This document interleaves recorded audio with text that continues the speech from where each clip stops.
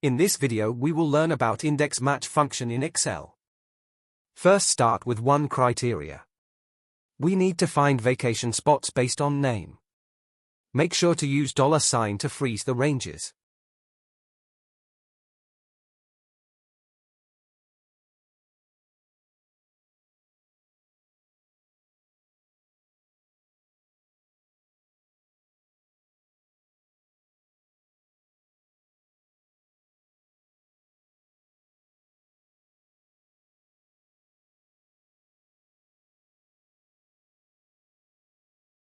Now let's move to index match with two criteria.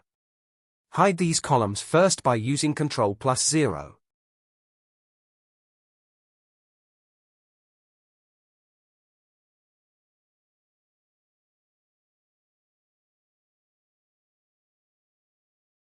In this we need to use match function twice.